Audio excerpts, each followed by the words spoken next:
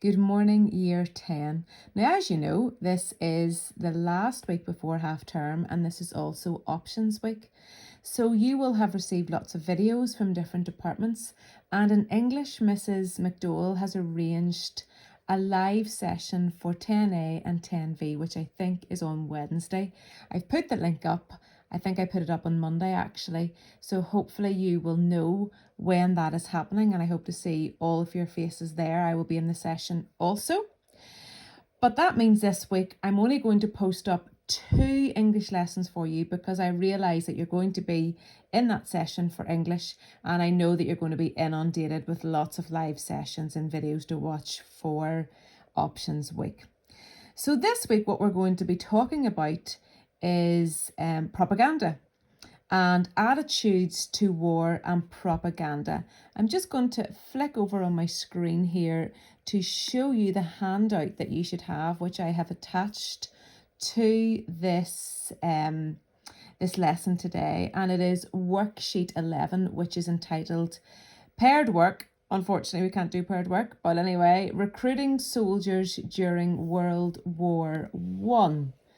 So this is what we're going to think about today, because shortly we're going to be contrasting poems and looking at different attitudes and views to war. And if you remember right back to the start of this unit, at the start of January, if we had been in class, we would have done a walking debate, but I just got you to jot down some of your ideas about war and the topic of war. And if you can remember, I made a Padlet and you had to note down what your opinions were on poetry and war and all the rest of it. And you, even there, you find that attitudes vary widely. And that was also the case back during the First World War, during the Second World War. I guess it's the case with any war that is happening in the world. There will be very different opinions in regard to that. And that is why propaganda was introduced, because that means each side of the debate, each opinion, each perspective could be put forward in a very clever way. And what happened back during the war, we had these posters which were basically propaganda, and some were pro-war and encouraging men to sign up and go off to war, and others were very much anti-war. So here are a few examples. I'll try to zoom in. Will you fight now or wait for this? And you can even see, whenever we're looking at posters, we're thinking about colour, we're thinking about font, we're thinking about the size of the writing, we're thinking about the use of space and positioning and where words are positioned, where images are positioned. We think about colour. Is there a predominant colour, or are there predominant colours? Colour symbolism, what do those colours suggest? And if it's a photograph, what's your eye drawn into, and perspectives and things like that. These are all just basically drawings.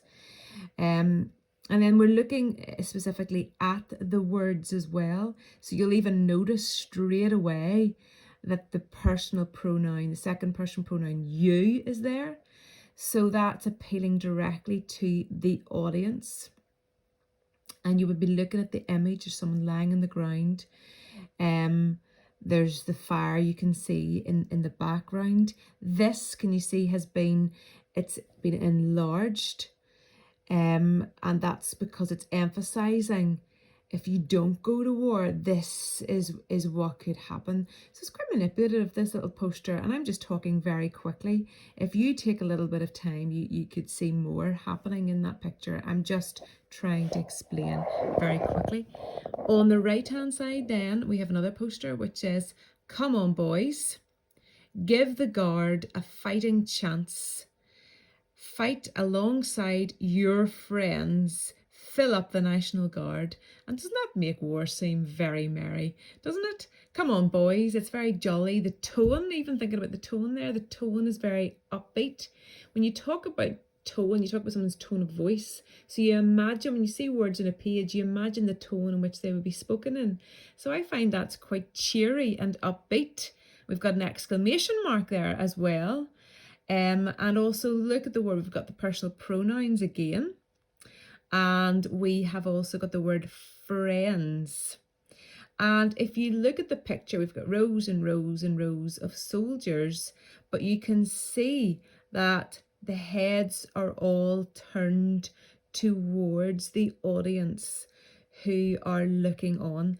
You've also got, this from poetry as well, you've got a wee bit of alliteration there with give and guard and the colours as well. So there's just some things to talk about, and I'm just going through this very quickly. You'll get more of a chance to do this in a moment.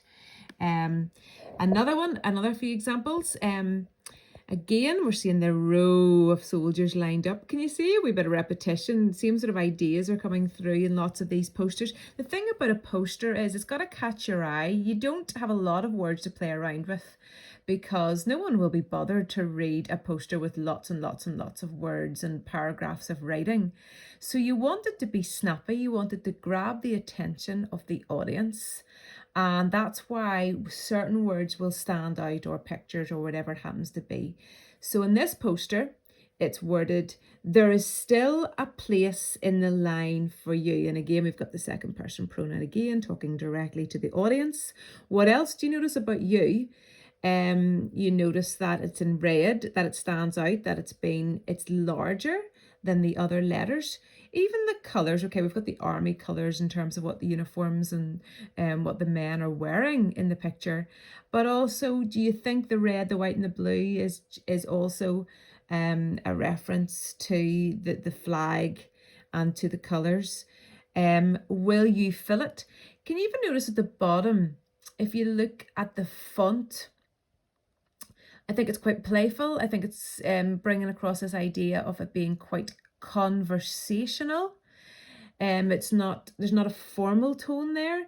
It's not as friendly and chirpy and upbeat as the last poster that we looked at.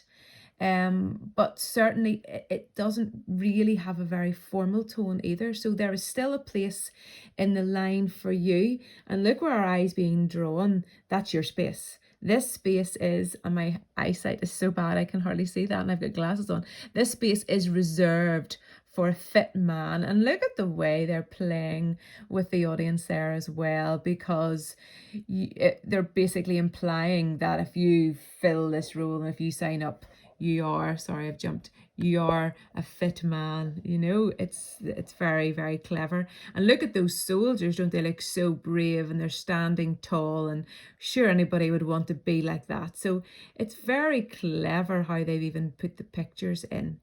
And also we've got the question there, rhetorical question, will you fill it? And then it's, it's very persuasive. It's up to you to think about what your answer is going to be. I thought this was going to be a quick video. It's 8 minutes already. I'll try and go quickly now. Anyway, and lastly, that's it. There's a little saying, if the cap fits. If the cap fits you, join the army today. So again, the word you, this has been repeated in all of these posters because obviously they're all making an appeal, wanting men to sign up. And the U is in capital letters. I think it's all in capital letters, but it stands out. It's bigger, it's wider, and it's underlined. And obviously because the play on words is with cap, then they've got a cap there, and that's taken a central position. And it's also appealing to the audience to almost feel guilty that they should be signing up. If the cap fits, you belong here. You're a young, healthy man. You should be signing up and going off to war and fighting for your country. Join the army today. And can you see the words that really stand out there? So they've underlined you, join stands out, and today stands out. So we know, we've said this already with posters, we've got to keep it snappy, we've got to grab our audience. But even at that, the three words that jump out to me, and I hope they jumped out to you too, you join today. It's almost like a command, isn't it? They're so very clever, each one of these little posters. And that would have been propaganda encouraging people to go off to war. So this is what I want you to do today, and it's very simple. On this first page, you'll notice there's a little bit of an accident, and this has been printed twice. It's not really an accident, it's so that we can cut this off, so we can cut it and give it to people rather than just wasting paper. But anyway, let me have a wee quick look at this with you. So Today, we're going to be thinking about recruiting soldiers during World War I. To encourage men to join the army, the government produced many different posters to show how straightforward the war would be. Like that word, straightforward.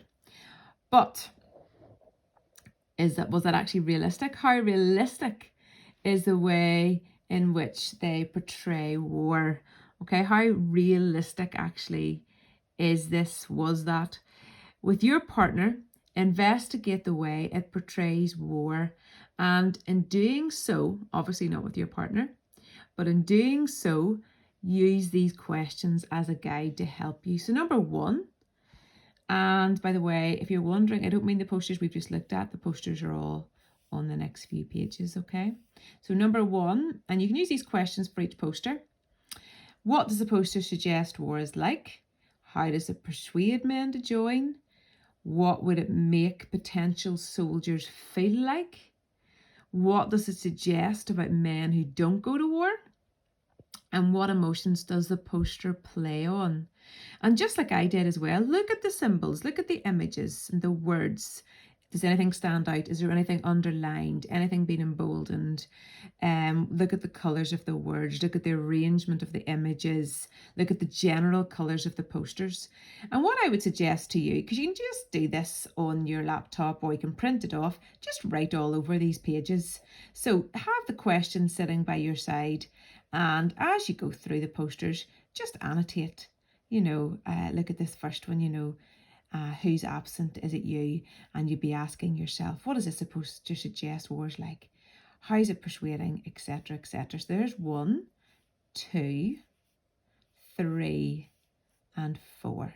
And basically all I want you to do is just annotate around those posters, and that's you for today.